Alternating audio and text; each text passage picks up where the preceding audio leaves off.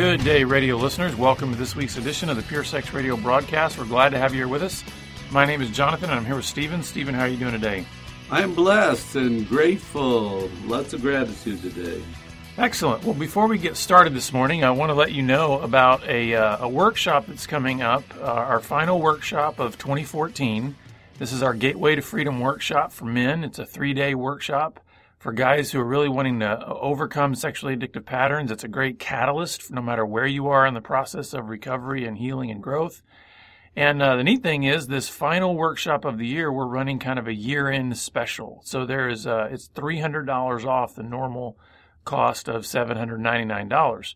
So if you'd like to learn more about that workshop and maybe get information from us about the special, please contact us. Just call 1-800-49-PURITY or go to gatewaymen.com. So Stephen, let's speaking of Gateway, we had one of our alumni that shared some interesting things with us, maybe regarding dealing with a wife's anger. And so I want to just kind of pass it off to you and see if you can tell us where we're going to go this week. Thank you for the handoff. Yes, a brother in Christ, a Gateway man, gave me permission to share some of his struggle and his growth in dealing with his wife and some of her anger. Male sexuality is very confusing to women. They don't get it, and we don't get it sometimes. Yeah, it's pretty confusing to us, too. But sometimes the husband will do something stupid, and the wife will learn about it, and then they have to go through a healing process. And so the question is, when everything comes out, and there's a lot of pain and damage done in the marriage, a wife often gets angry. Right? That's her response. How could you do this? Doesn't make any sense. What were you thinking? You've heard all that before. And so sometimes anger goes away quickly. Sometimes it doesn't go away so quickly. Mm-hmm. So we're talking about a situation where anger rises and then wanes a bit, and then it sparks off and it sets a tone and like sets a forest fire, and then it burns itself out for a bit, and then it flames up again. And this can last for a long time. Mm-hmm. So how does a man deal with his wife's anger? That's the topic. Yeah, and I think it's a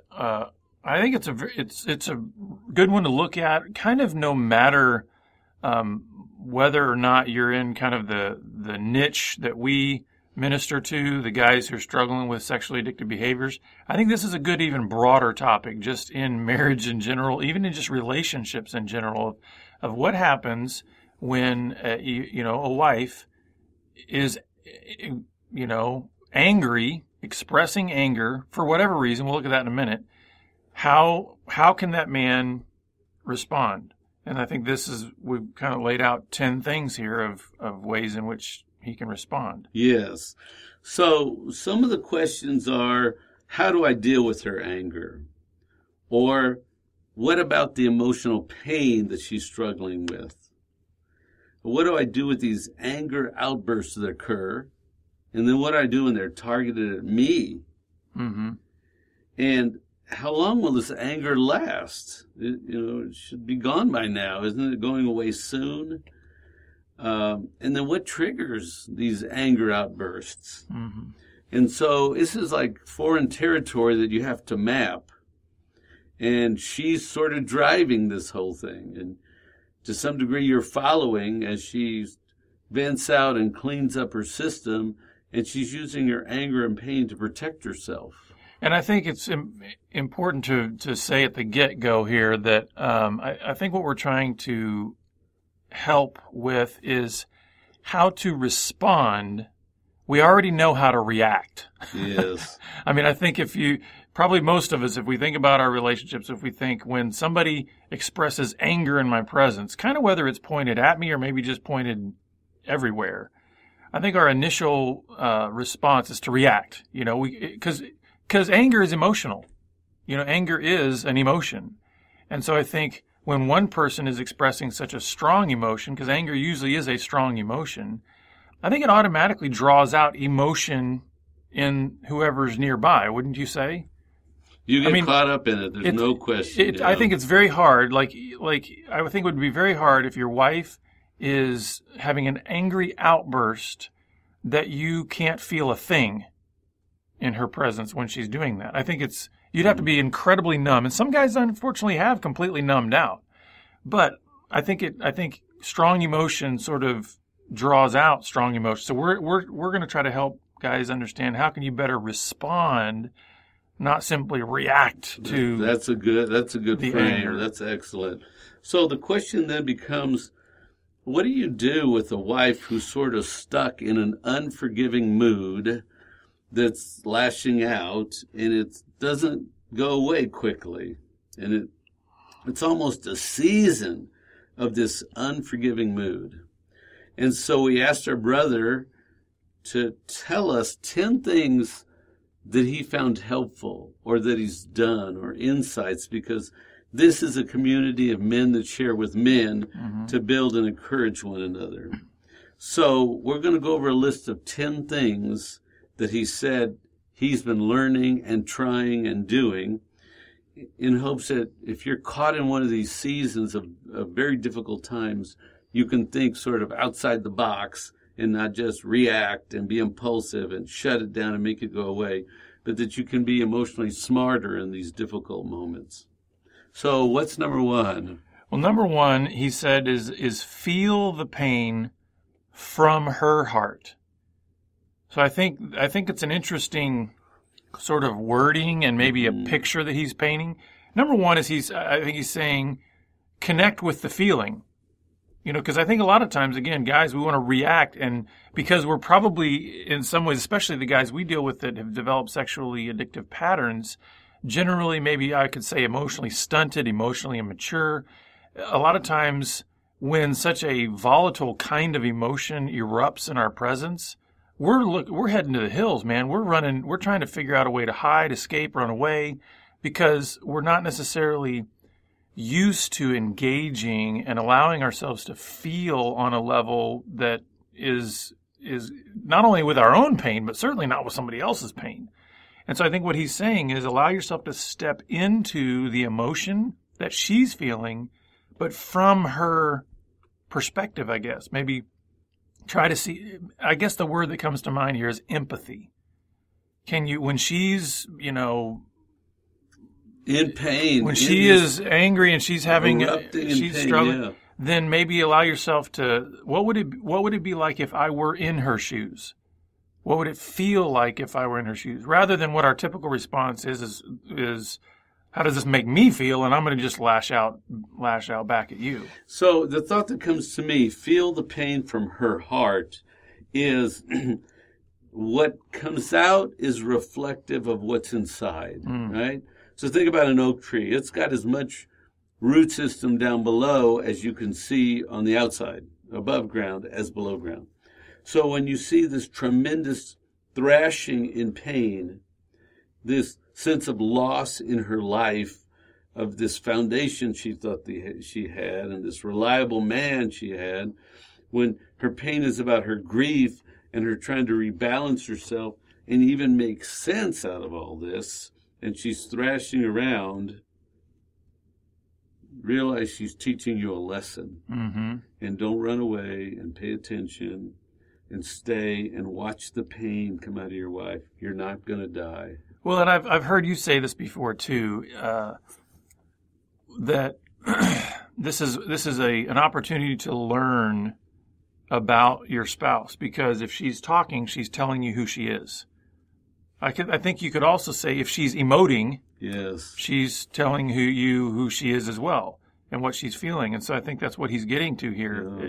We can either look at it like this is uncomfortable for me, or we can look at it as like this is somebody I love who's sharing with me on a deep level who they are and what they're feeling and what they're struggling with. Oh, you sound smart. That is good. And I do think it is about her. And can you stay and watch and pay attention? And I do think if you can make that, it seems like a monumental shift, but it's a small shift. If you can make that shift, I think your disposition toward her can soften and change. And a lot of times that sort of brings the volcano down. You know, I'm not saying it will. I'm not saying it's a formula. It's going to go away today. Right. But I do think a softer response, a response that's like he's saying, feel the pain from her heart, is getting on her side of the table and going, okay, I want to see what's going on. You're sharing with me what's going on.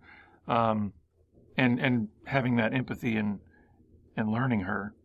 So number 2, he said, when I'm dealing with this anger coming from my wife and this unsettledness and lack of forgiveness, he said it's also an opportunity for me to look more deeply at what I actually did. Mm-hmm. Look at myself. Who am I? What have I become? What did I think I could pull off and get away with without consequence? Look at me. Look more deeply at me. Look at what I have become, and now it's out in this marriage. And I think it's interesting because he put in parentheses on this one. So he says, look more deeply at what I actually did, and then parentheses says, more than looking at it like an addict. And it kind of hit me because I think of the way if a wife has an outburst and she's saying, you know, because a lot of times the outburst, you know, especially upon discovery of a bunch of secrets and betrayal and these kind of things, these outbursts are going to be directed at the husband. And so I think the way an addict often looks at that kind of outburst is through this grid of shame. So what he's doing is he's not looking at what he actually did. He's looking at how this outburst is making him feel like a worthless, perverted, you know, whatever. And then he goes inside. And then he goes inside. He goes into his shame. He keeps his focus self-absorbed. Mm-hmm. Instead of saying, can I take the same kind of objective, even though it's angry, can I take the same objective view that she has that says, look at what you did. Can you see how, you know, viewing pornography and having an affair and doing all these things is not only wrong, but how incredibly painful and hurtful that is to me. And if he's able to say, okay, let me look more deeply at what I actually did, he might get to a place of brokenness, humility, remorse, that's good, confession, you know. Yes. Whereas if he's looking at it like an addict who's very self-absorbed, he's going to probably go straight into, like you said, inside mode, shame mode, and then kind of have a pity party probably. You know, and she doesn't need that. No. Right? You're going to go over there and be broken, sad puppy, you know, and I'm trying to tell you where I am, and you over there looking like I'm beating you up. How's that going to help us? Yeah, and that's just it. And I would even suggest that looking at it like an addict is manipulative in its nature. So that's what he's doing. Because if he's over there, like you said, like a whipped puppy and making it seem as if her anger is what's causing him to feel like, I need to be over here like a whipped puppy. That's a great insight. She's doing this to me. I have to act like sad, broken. And what our brother here is saying is, no, I actually need to look more deeply at what I did. I brought this on. I'm at the center of it. Yeah. Right? I'm initiated this event. Wow, that's good.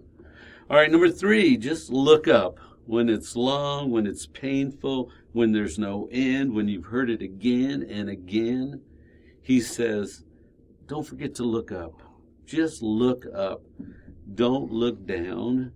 Don't have tired eyes and heavy shoulders and carry the weight. Don't forget, sometime in the storm, look up.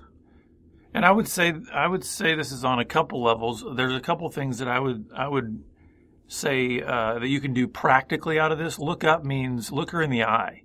You know, I think sometimes what ends up happening is what happens. Anger bursts out of this woman. Yeah. And I think the initial reaction is look away or look with anger back at her. But I think the idea of looking up is look at her.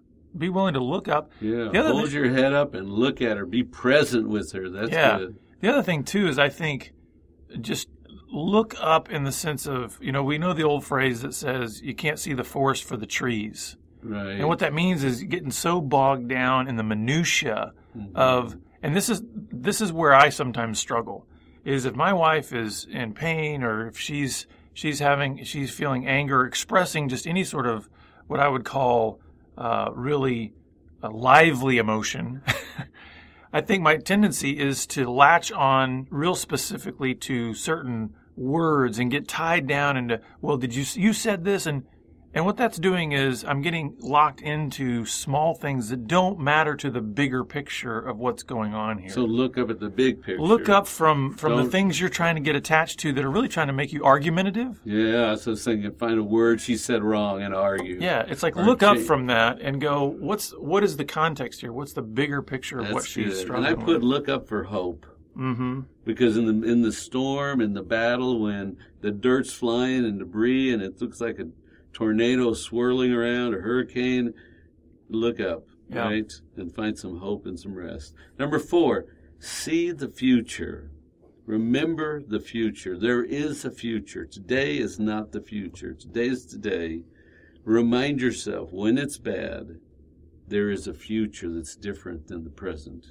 I think of the verse that says, pain may last for the night, but joy comes in the morning. Amen. And I think that's an important thing to remember, that if you can remember that life in its entirety is very seasonal, then I think you can, even though, I mean, I'll be the first to admit, these kinds of seasons seem eternal. I mean, I've been there in the sense where you wonder, is there ever going to be a sense of relief? Is there a light at the end of this tunnel? Because it just feels so heavy. And I've had a night where I sort of tossed and turned and got up and down, and I thought, is this night going to ever... I'm talking about one night, and you're talking about many months days and so that weave together, right? And I would say this, too. I mean, I love the example of tossing and turning in the night. Isn't it interesting? You would probably admit that on that night, it seemed even as if time slowed down. That's right. That's right. And I think, listeners, I think that's something, husbands out there, it may feel like the clock has stopped. It may feel like you're going through the same, it's like Groundhog Day. You're going through the same day over and over and over again and wondering, is there ever going to be a break in this? And I think what he's saying is really insightful here. Life is seasonal. Yes. And while you do need to work on things that are going to help you have a new season dawn, you're not going to be here forever. So it's important to see that the future is out there. So we're going somewhere, and we're going through a refining and cleansing process. And you're watching your wife literally work through to rebalance her system.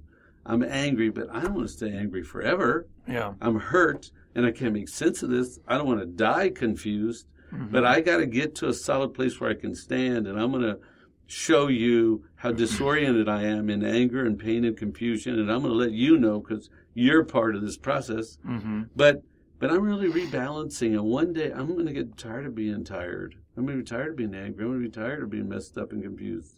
And I think part of what she's revealing in that is a question to him, which is, are you going to help me in this process? Or are you going to keep hindering me by doing the things you've been doing? Wow. Immature, stupid, withdraw, attacking, all those things.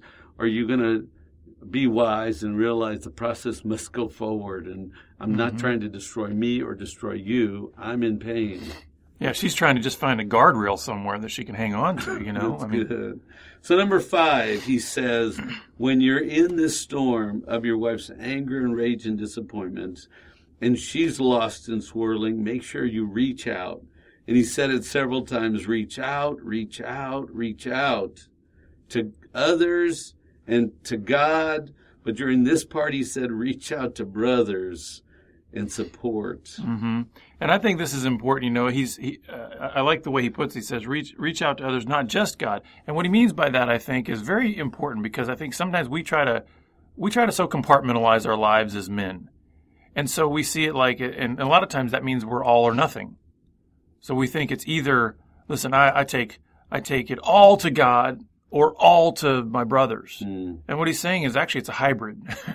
It's like absolutely you reach out to God, and sometimes you got to do what we call sort of those lightning bolt prayers. It's like just send them up real quick because you're just feel like you're drowning. But I think what I see here is almost more of an intentionality, because reaching out to brothers requires, at the very least, hey, picking up a phone. It might require like going to a coffee shop and meeting with a guy, going to a brother's living room. So there's He's saying there's a different dynamic to what you've done in the past. In the past, you've reached in. You've isolated. You've gone. And so when she's been upset, what have you done? You've used that as a trigger to justify going and acting out, saying, see, this woman's so whatever, and I'm going to go do these things. What he's saying now is you're shifting the paradigm. You're going to not only stay in the moment with your wife, but you're also going to process that moment with other guys. You're going to say, I need a community of men that can hear my heart, hear my struggles, hear what's going on, and actually be able to relate to me in this season in a way that's going to connect with me as a man. And when you're saying that, I'm thinking about my brothers. When I go to them, I can sort of refocus, and they give me ideas, and I can rest, and I can be renewed, and I can be distracted, and I go play because I still have to go home. Right, absolutely. But I can go be with my brothers, and I can get some relief for a moment, and then I go back to my project. Mm-hmm. Number 6, he said, don't forget to believe. Don't forget to believe in Jesus Christ as Lord and Savior, because the moment you don't, Satan's going to bite you. Mm-hmm. And I think that's huge, because obviously our anchor in the storm is our solid rock, Christ. And so we do not want to overlook that. I'm glad that he put this in there, because it's like, man, that is so essential to this whole process, because it does feel like a storm. It does feel like you are on choppy seas when your wife is having an outburst. But we have a very real enemy that wants to leverage that to create further division in your relationship. And if you'll be willing to say, no, the Bible says what God has brought together, let no man tear apart. And so it's like we need to be united even in our difficulty to work through this. So our brother is Christ, and we say, help me, strengthen me, walk with me. And then we have a conversation with the Father also going, are you watching this? Bless this daughter. And so stay spiritually connected to Father, Son, and Spirit, so the storm doesn't overwhelm you and overtake you, but that your faith is found even if you're in a lion's den, right? If you're sitting in a hole sold off by your brothers in the desert, that you hold on to Father, Son, and Spirit. Number 7. Number 7 says, listen to your wife. And he says, really listen. And I love what he says here. He says, this one is hard, real hard. And I think every guy out there would probably agree with this, that especially when it's one thing to listen to your wife when everything's calm, circumstances are great, bills are paid, kids are healthy. It's one thing to try to listen in that context. To try to listen in the context where she is yelling and her face is red and that vein on her neck is popping out, that's hard. Because we want to put up our defenses. We want to react. We want to punch back, and that kind of stuff. And so he's saying you really got to dig in and listen. And I think that goes back to number 1 about feeling the pain from her heart. They go together. On the one hand, you're trying to connect with her emotionally. On this side, you're trying to listen and say, what can I glean from this? What is she telling me? And I'm thinking about the depth. Here he's saying, go into the deep places of your wife. And pain is a deep place because it's confusing and she's thrashing. But there's great depth in knowing her. Yeah. So go into the depth. Number 8, realize that anger will subside. It always does. And then the forward steps occur. So we can take a step. We might go back to anger, and then we can take a step. We're not going to have a marathon as we come out of this. We're going to do, if we can get around the block, we're doing good, right? Because we're going slow when we come out. And I think this is important because this kind of goes back to the seasonal aspect that we looked at, is if you think about yourself when you think about anger, I actually think our bodies physically are designed in such a way that we cannot perpetually be in a state of anger. It's exhausting. Right. So I think there is a point at which even our bodies will crash, and actually that's a good thing. And because it gives us a break. It gives your wife a break. It gives you a break. It's like, and so just realize there's a cycle here. You don't know what the time frame is, but there is a point at which a body will even start to kind of break down and go, I can't stay in this state of, heightened anxiety and anger forever. So number 9, he makes this statement, silence is not golden at times. And I got to thinking about that. Tell me what you think it means, because what I'm thinking it means is the silent treatment is not that great. Mm-hmm. There's great comfort when we have a rhythm of talking and going back and forth and being present and enjoying each other's company. But when you're just silent, it's just your anger repackaged coming at me. Well, and I would say it this way. I'd say do not be fooled in thinking that silence is a resolution to a problem. Oh, that's good. No, you have to talk out to resolve, especially when you're talking about emotions like anger and things like that. You can't just say, we're just going to stop talking, and then somehow that resolves it. It may get ignored, and it may not, quote unquote, come up again, but I promise you it's festering in there somewhere. So you have to talk through it. Number 10, your wife is your strength if you allow her to be. God gave her to you for a purpose. Mm-hmm.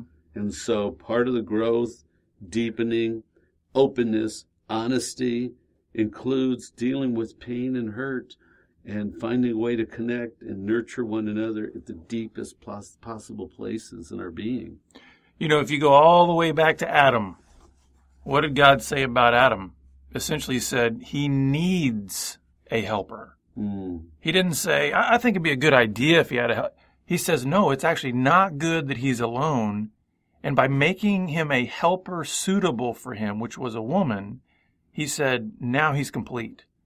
Now he's got the full image of God. So it's like, guys, don't be fooled into thinking that you don't need your wife.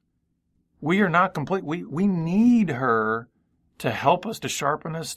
And so when she's in pain, we need to respond to that in a way that says, I want to help you. And so there's this circle there that's saying, I want to help you because I need you. And staying means loving. Yeah. Working means loving. Feeling and just being there in pain with her means loving. And so not running away, avoiding, denying, minimizing, right? Well, listeners, we hope that this has been helpful for you, at least in being able to think through some of the issues about how to deal with anger and how to respond to it in a way that is healthy and good. And if you got more questions and need more help, just contact us at puresexradio.com, and we'll look forward to having you back here next week on the Pure Sex Radio broadcast. Pure Sex Radio is paid for by Be Broken Ministries. Visit us online at puresexradio.com.